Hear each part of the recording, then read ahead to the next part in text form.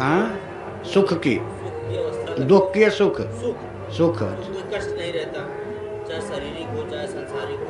तो उस अवस्था को जनरली अगर लाना चाहे तो कैसे आ सकता है? ठीक है, अच्छा प्रश्न।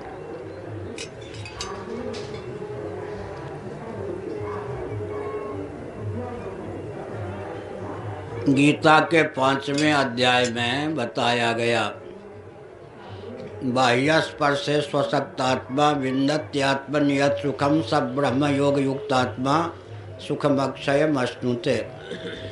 तो आपका प्रश्न है, सुषुप्ति दशा में जीव आनंद निमग्न होता है, उस आनंद को अगर जागृत व्यवहार दशा में उतारना चाहें तो उसकी विधा क्या है, यही ना। मांडूक्य उपनिषद ने सुषुप्ति के जीव को,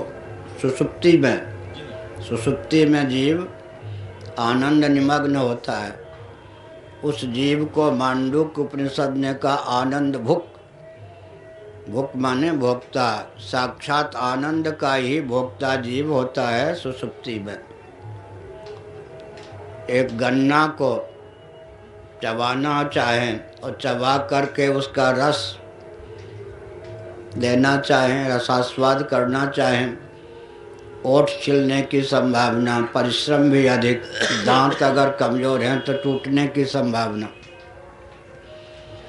लेकिन उस गन्ने को पेल कर अगर रस का रूप दे दिया जाए और एक गिलास में किसी को पीने के लिए दे दिया जाए, अनायास घट कर जाता है। ठीक इसी प्रकार सुषुप्ति में विषय इंद्रिय मन तीनों का आलंबन लिए बिना साक्षात आनंद ही जीव का भोग्य होता है। यहाँ तो आनंदानुभूति विषय के माध्यम से होती है जागृत स्वप्न में। अभीष्ट शब्द स्पर्श रूप रस गंध और इनके अभिव्यंजक संस्थान शक चंदन वनिता व्यंजनादि के सेवन से आनंदानुभूति जागृत स्वप्न मनोराज्य में होती है। सुषुप्ति की यह महिमा है कि साक्षात आनंद ही जीव का भोग्य होता है। अब उस आनंद को जागर दशा में उतारना चाहें तो बहुत अच्छा, तुरंत दान महाकल्याण। ठीक, इसमें 2 पंक्ति देखने के लिए फिर पुस्तक मंगानी पड़ी, पूरी में है यहाँ लाए। एक एक पंक्ति के लिए 1,000 की पुस्तक खरीदी जाती है, ये वैसे लिए हैं। बहुत अच्छा। तो गीता के 5वें अध्याय में कहा गया, बाह्य स्पर्शे स्वशक्तात्मा विन्दत्यात्मनियत सुखम सब ब्रह्म योग युक्तात्मा सुखम अक्षय अश्नुते।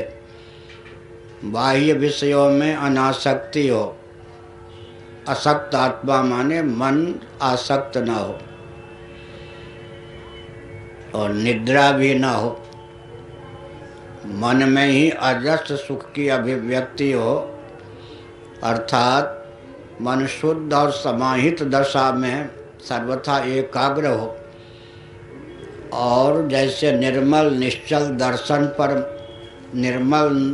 दर्पण पर मुखचंद स्फुट रीति से प्रकट हो जाता है, ठीक वैसे ही सुखमस्यात्मनोरूपम श्रीमद्भागवत का 7वां स्कंध आत्मा सुख स्वरूप है, उसकी अजस्र अभिव्यक्ति शुद्ध और समाहित चित्त पर हो विषयालंबन के बिना, तो अक्षय सुख की प्राप्ति होती है। अक्षय सुख की प्राप्ति का मार्ग प्रशस्त होता है। विन्दत्यात्मनि सुखम सब ब्रह्म योग युक्त आत्मा, फिर आत्मा की ब्रह्मरूपता, ब्रह्मरूप की आत्मरूपता, आत्मस्वरूप ब्रह्म में, ब्रह्म स्वरूप आत्मा में प्रकृति सहित प्रपंच की अध्यक्षता का चंचल निश्चय प्राप्त होना पर अखंड आनंद की प्राप्ति होती है। वो अंतिम चरण है। बीच का चरण यह है, विषयालंबन के बिना ही, निद्रा के बिना ही शुद्ध और समाहित चित्त पर आत्मा की अजस्र अभिव्यक्ति होती है। तो मानो सुषुप्ति के आनंद को हमने जागृत अवस्था में प्रकट कर लिया। इसी का नाम है योग दर्शन में विभूतिपाद। विभूतिपाद का अर्थ होता है मन में तादात्म्यापत्ति की क्षमता है, जिसका चिंतन करते हैं तद्रूप मन हो जाता है। तादात्म्यापत्ति के कारण मन में बहुभवन, एक से अनेक होने की क्षमता भी प्राप्त है, क्योंकि भगवान की उपाधि जो माया है उसका एक वैकल्पिक आंशिक रूप हम जीवों को प्राप्त है, मन। तो मन में तादात्म्यापत्ति की क्षमता है। अवधारणा के द्वारा जिस सिद्धि को हम प्राप्त करना चाहते हैं उस सिद्धि को प्राप्त कर सकते हैं।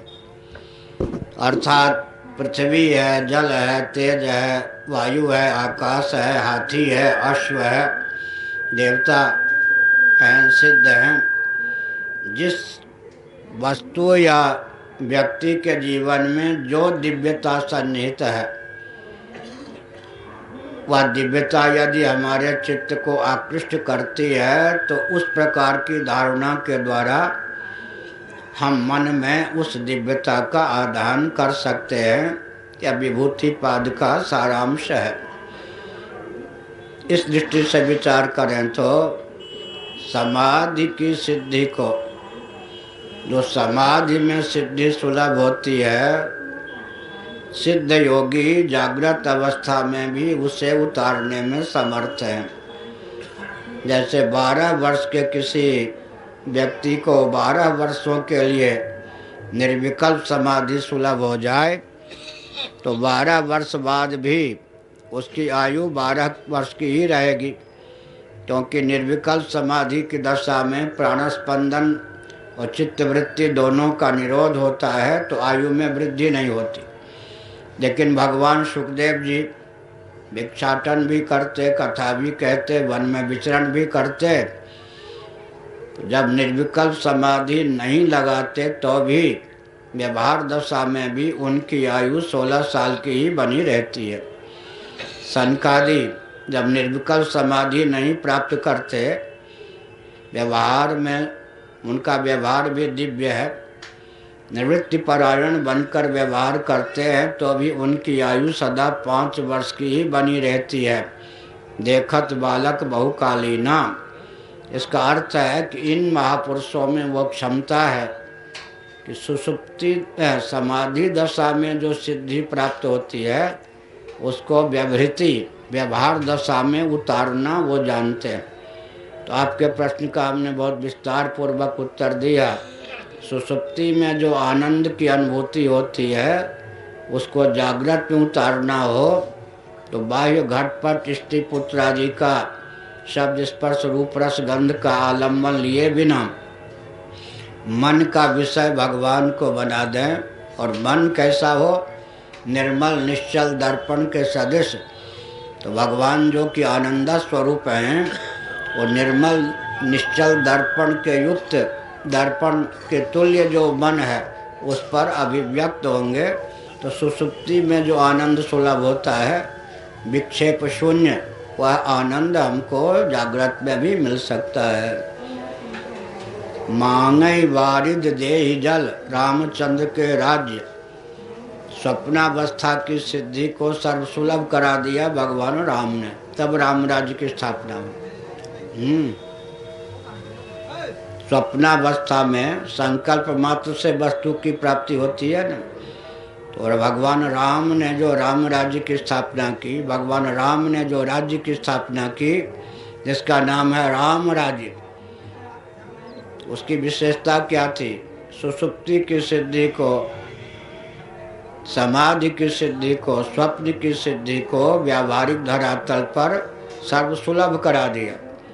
राम राज्य का नाम लेने से ही राम राज्य नहीं बन जाता।